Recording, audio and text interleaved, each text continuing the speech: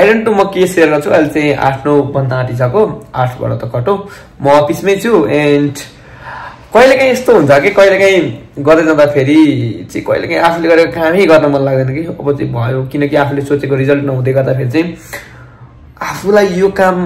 अब गरिराख्ने र गर्ने र इनर्जी पुट गर्ने र भन्ने जस्तो फिल हुन्छ कि आज त्यही मध्येको दिन मध्ये मेरो छ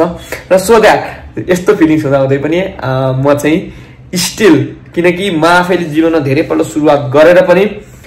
मैले जहाँ पुग्नु पर्ने हो त्यहाँ पुगिन या मैले पुर्याइन सो द्याट दिस टाइम म सो डेडिकेटेड मलाई मन लागे पनि नलागे पनि I am doing what I have to do मैले के गर्छु भनेको थिएँ के गर्नु जरुरी छ त्यो म गर्दैछु र लेटली चाहिँ म थाइल्यान्ड गएको थिएँ म रिसेन्टली आएँ थाइल्यान्ड गएर आउँदै गर्दाखेरि सच अ एक्सपिरियन्स किनकि नयाँ इन्भाइरोमेन्टमा जाँदा गर्दा धेरै कुराहरू एक्सप्लोर गर्ने मौका पाएँ र म के भन्छु देन आफ्टर भने चाहिँ हामीले सोचिरहेको र हामीले देखिरहेको संसार चाहिँ सानो रहेछ है म मेरो सानो परेशानी मेरो सानो दुःखमा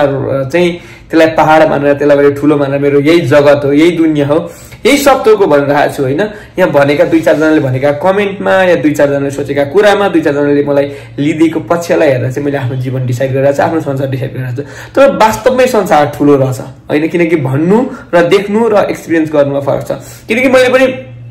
त्यो देखेर आए त्यो बाइक त यस्ता धेरै कन्ट्रीहरू छन् यस्ता धेरै ठाउँहरू छन् जुन मैले एक्सप्लोर गर्ने बाँकी छ त्यहाँको बेग्लै रहनसहन हुन्छ बेग्लै चिज हुन्छ बेग्लै संसार छ के भने चाहिँ म बेग्लै संसारमा पुगे जस्तो फिल भएको थियो सो माई डियर फ्रेन्ड आफ्नो जीवनमा नि तपाईँले गर्दै गरेको कामलाई कहिले नछोड्नु होला वाट एभर यु फिल एकचोटि तपाईँले तय गर्नु भने अन्टिल एन्ड अनलेस तपाईँ जहाँ पुग्न चाहनुभएको थियो त्यहाँ नपुग्नुन्जेलसम्म चाहिँ keep going keep working keep learning and never ever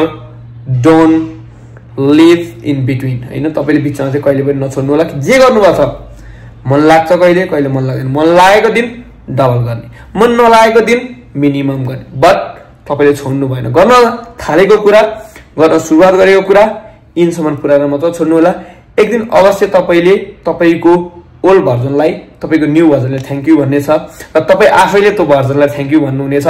so keep learning keep growing keep going thank you so much